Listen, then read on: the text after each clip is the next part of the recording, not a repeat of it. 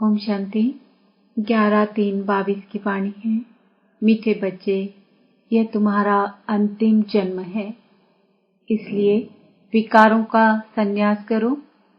इस अंतिम जन्म में रावण की जंजीरों से अपने को छुड़ाओ। प्रश्न: बाप का सहारा किन बच्चों को मिलता है? बाप किन बच्चों से सदा राजी रहता है? उत्तर: बाप का सहारा उन्हें मिलता जो सच्चे दिल वाले हैं।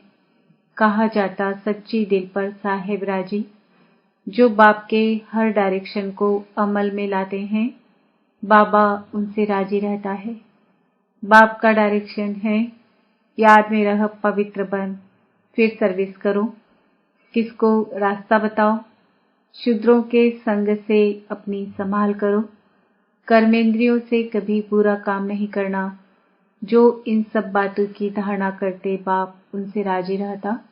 गीत: मुझको सहारा देने वाले दिल कहे तेरा शुक्रिया। ओम शांति। बच्चे यहाँ ज्ञान सुन रहे हैं। किसका ज्ञान? क्या शास्त्रों का? नहीं। बच्चे जानते हैं कि शास्त्रों का ज्ञान तो सभी मनुष्य मात्र लेते हैं। हमको यहाँ परम पिता परमात्मा ज्ञान देते हैं। कोई भी शास्त्र आदि पढ़ने अथवा अध्ययन करने वाले सन्यासी ऐसे नहीं कहेंगे।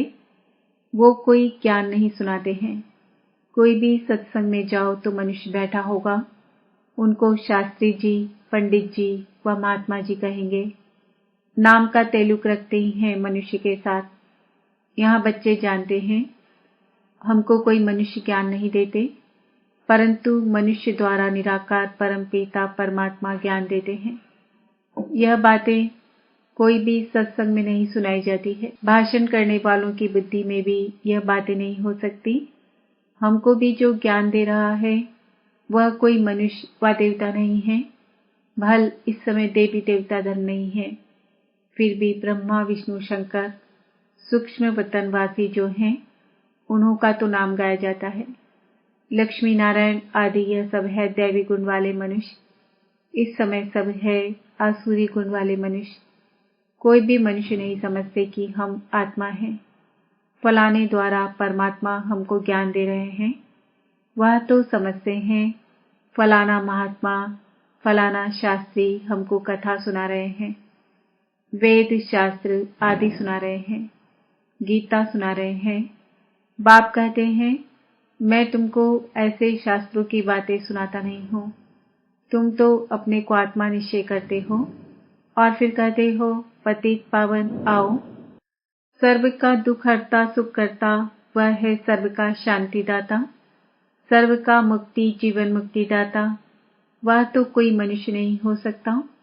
मनुष्य सवेरे सवेरे उठकर कितनी भक्ति करते हैं। कोई भजन गाते हैं, कथा करते हैं। इसको कहा जाता है भक्ति मार्ग। भक्ति मार्ग वालों को यह मालूम नहीं कि भक्ति मार्ग क्या होता है। यहाँ सब जगह भक्ति ही भक्ति है।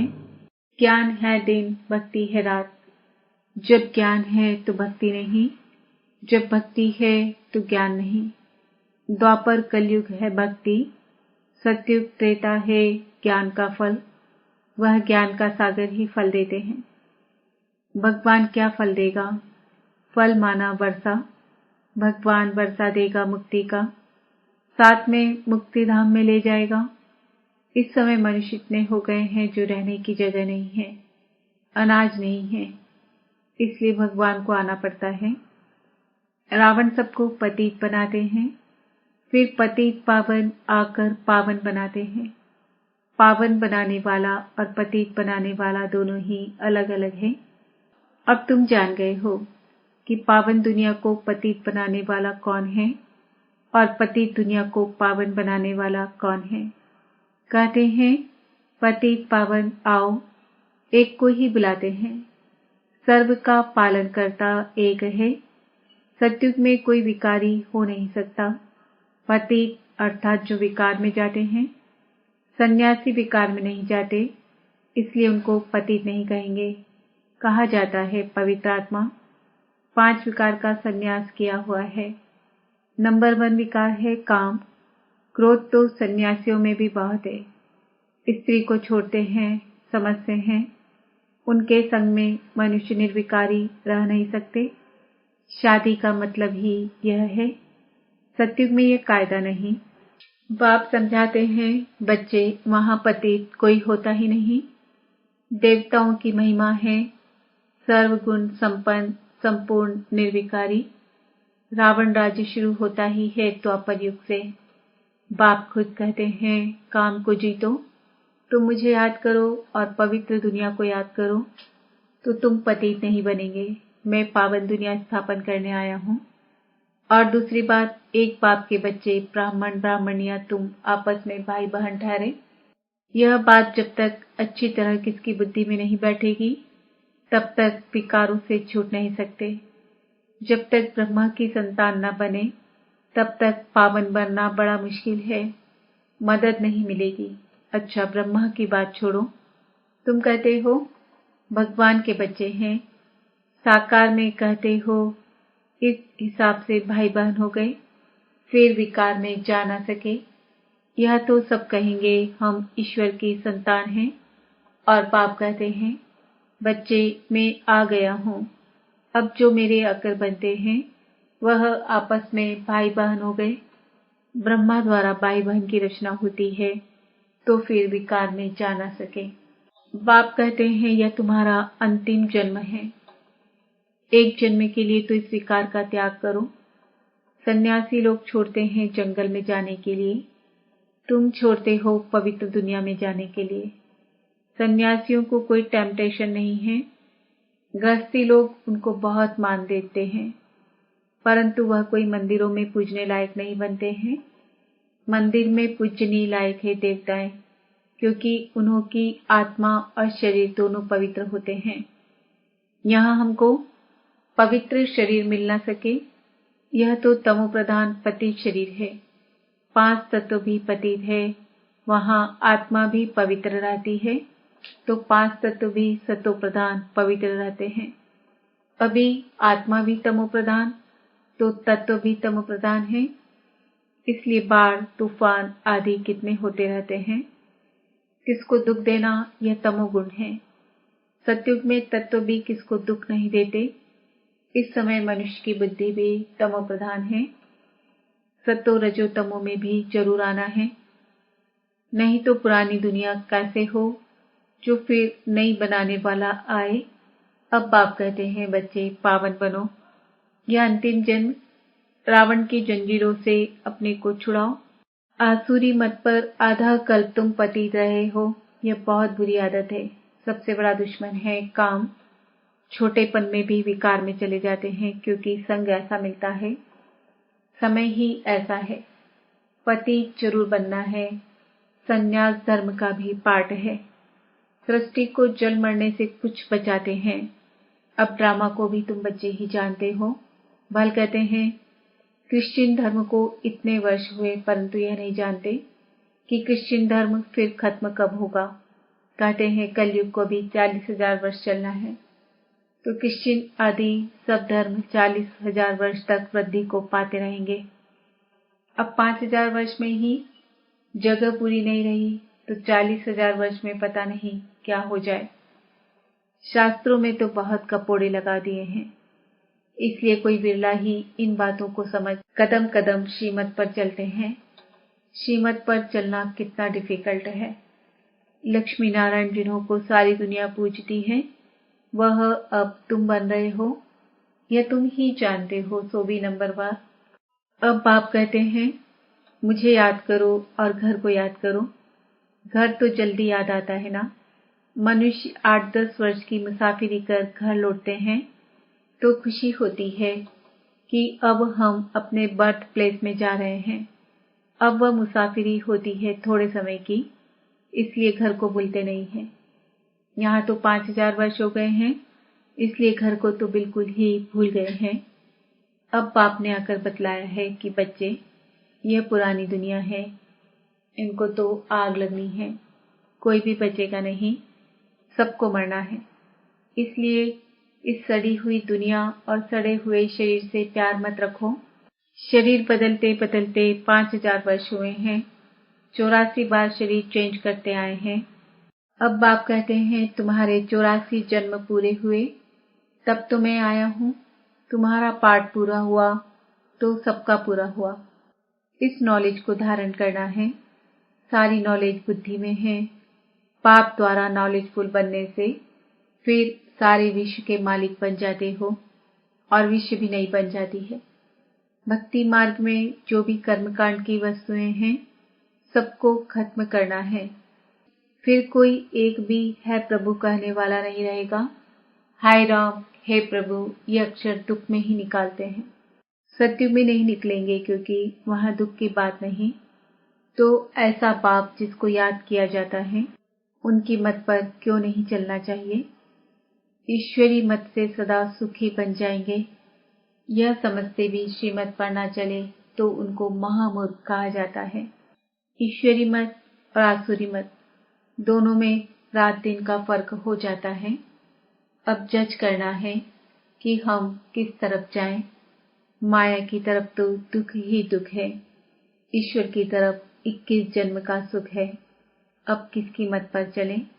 बाप कहते हैं श्रीमत पर चलना चाहो तो चलो। पहली बात है कि काम पर जेब पहनो। उनसे भी पहली बात है कि मुझे याद करो। यह पुराना शरीर तो छोड़ना ही है, अब वापस जाना है। इस समय हमको ख्याल है कि हम 84 जन्मों की पुरानी खाल छोड़ता हूँ। वहां सत्युग में समझते हैं यह बूढ़ा शरीर छोड़ फिर बचपन में आएंगे। इस पुरानी दुनिया का महाविनाश होना है। यह बातें कोई शास्त्रों में नहीं है। यह बाप बैठ सन्मुख समझाते हैं। यह सब बातें ध्यान में रहे तो अहो सौभाग्य कितना सहज है। फिर भी पता नहीं स्वीट होम, स्वीट राजधानी को क्यों भूल जाते हैं, याद क्यों नहीं करते।